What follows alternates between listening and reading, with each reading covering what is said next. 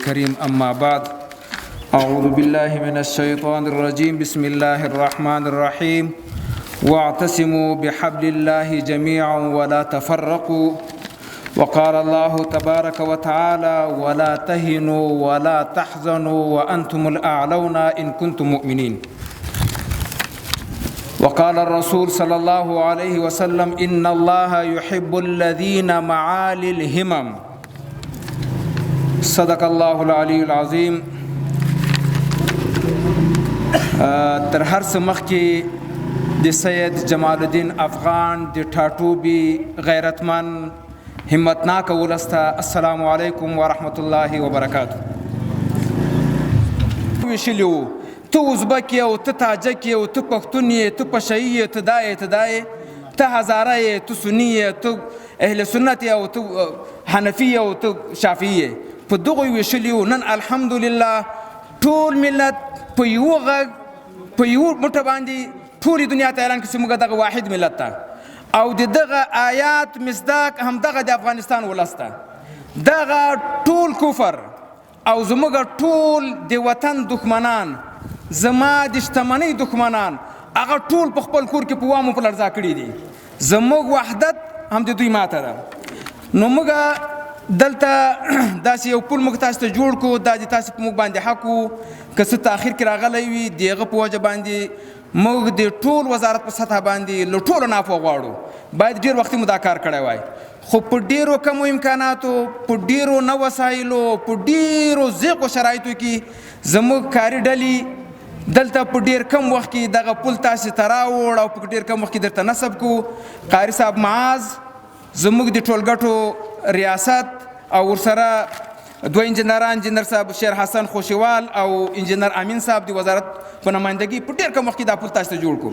الله تعالی نه ورته اجر غواړم او د دې ټول ولس په نمایندګي باندې په ریاست الوزرا او په خپلو عالي مقاماتو غږ کوم چې دې دریو کسانو ته او ورسره هغه سپین ږیري چې په موږ د دې باعث و چې موږ دا کار ورته وکړو دوی ته ستاینلیکونه ورکړي او انشاءالله ورکوي به. ما بل آیات موږ تاسو ته دا نه وایو چې دلته موږ ته ورلډ بینک را روان ده او دلته بانک جهاني ده او دلته عالمي کفر ده او دلته دغه د جعلي قوتونه دي هغه له موږ سره کومک کوي. زه تاسو ته د قرآن په آیات باندې وعده در کوم. الله تعالی وایي ولا تهنوا ولا تحزنوا وانتم الاعلون ان كنتم مؤمنين. تاسو به همت کیږئ ما تاسو غمجن کیږئ ما که چیرته تاسو مؤمنین یاست تاسو به ډېر لوړ یاست ان شاء الله العزیز. د الله رسولنا یو صحابي پوښتنه وکړي مل وهن یا رسول الله وهن څه ته وایي؟ د الله رسول ورته وایي په خپله مبارکه ژبه باندې الوهن حب الدنیا وکراهیة الموت. وهن دا ده د دنیا سره مینه او له مرګ نه ویره. الحمدلله زموږ امیر المؤمنین شیخ هیبت الله اخونزاده حفظه الله او د دفاع وزیر ځوان او د نړۍ تر ټولو ښایسته وزیر مولوي صاحب محمد یعقوب دا ټول هغه کسان دي چې دغه آیات مکمل مصداق دي. دا له دنیا سره دومره مینه نه لري لکه شهادت سره لري. زموږ امیر المؤمنین شیخ هیبت الله اخونزاده حفظه الله دې ملت د اسلام د دې وطن لپاره خپل ځوان نازک تنکی حافظ قرآن بهترینه طالب دا یې ورته قرباني کړی ده. تر دې غټه سرمایه ګزاري نور نشي کېدلی. هغه څوک چې هغه د اولادو څښتنان دي هغه په دې پوهېږي چې امیر ګل صاحب څومره غټه قرباني ورکړې ده. چې چا دومره قرباني ورکړې وي هغه به دې وطن ته شپه او ورځ څنګه خدمت نه کوي. د هغه له دومره قرباني وروسته به له هغه سره نور څه پاته وي؟ زموږ او ستاسې رهبریت داسې رهبریت نه ده لکه پخواني. ما او تا یې جنګونو ته لیږلو خو په خپل اولادونه به یې اکسفورډ او پلانکۍ یونیورسټي نه به یې ډګرانې راوړې. ما او تا یې دومره ړانده او کاڼه کړي وو چې ده به د دغو مبارکۍ وصولوله چې زما زوی پلانکۍ ډګري واخیستله زما زوی انجینر سو زما زوی ډاکټره وکړه او ما او تا ته به یې په سپین سترګي باندې د شهادتو د مرګونو مبارکي راکوله. زما او ستا لپاره یې خواري او دربدري نصیب کړې وه. په خپله به د جهان په هغه تر ټولو په پرعیشو محلاتو کې اوسېدو خو زما او ستا لپاره یې دا غرن انتخاب کړي وو. زموږ امیر المؤمنین او وزیر دفاع هغوی دغه افغانستان انتخاب کړی وو انتخاب کړی ده او انتخابوي انشاءالله العزیز. ورونو په دې خاطر چې مولوي صاحب عبدالله حقانی د کونړ ولایت مرستیال والی او مولوي صاحب عبدالحق د کونړ ولایت امنیه قومندان او تیر والی حاجي صاحب عثمان دلته موجود دي او دوی تاسو ته ډېرې ښې او علمي ویناوې وکړې. زه فقط درته یو څو خبرې کوم.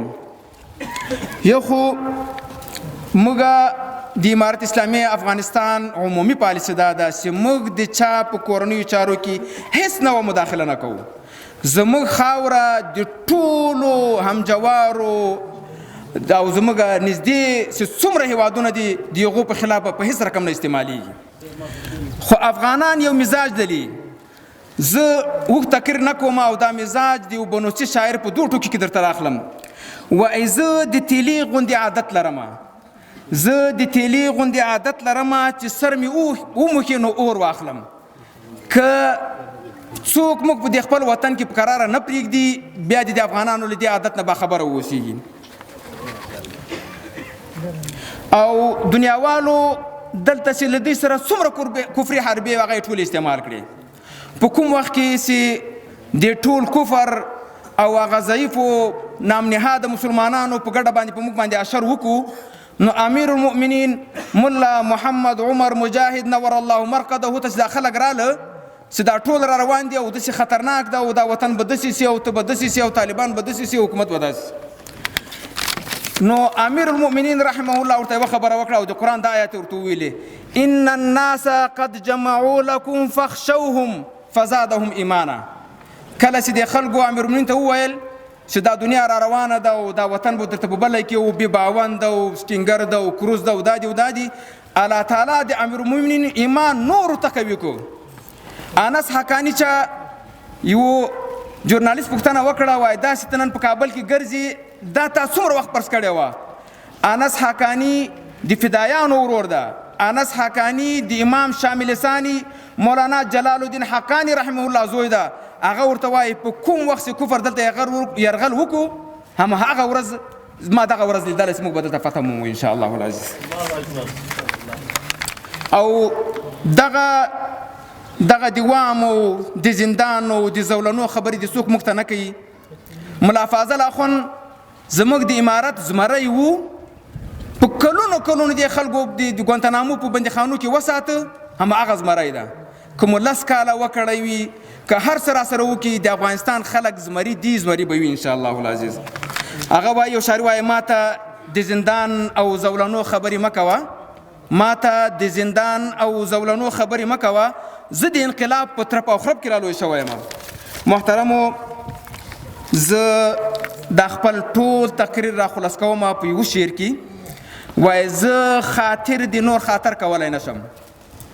زموږ دښمنان که په هر نامو دي او که هر چیرې دي یو چل د کونړ تیرو روسانو ته د هغوی په هغه سرو لښکرو په کتاب کې لیکلي دي کله چې موږ کونړ ته وویلو چې موږ څه هم ویلي وو له موږ نه ټول درسونه هیر کړو کونړ. زه دا یوه خبره ورته کوم موږ افغانان په دې یو شعر کې تاسې ټولو ته جواب وایو که په هر نامو یاستئ زموږ دښمن که زما پوله ورانوي که زما وطن ورانوي که زما پلچک ورانوي په یو ټکي ورته وایم زه خاطر د نور خاطر کولی نشم. زه خاطر د نور خاطر کولی نشم. ای رقیبه که پوهیږې نو سړی شه. جزاکم الله خیر. له توجه مو یو جانه مننه. السلام علیکم ورحمة الله وبرکاته.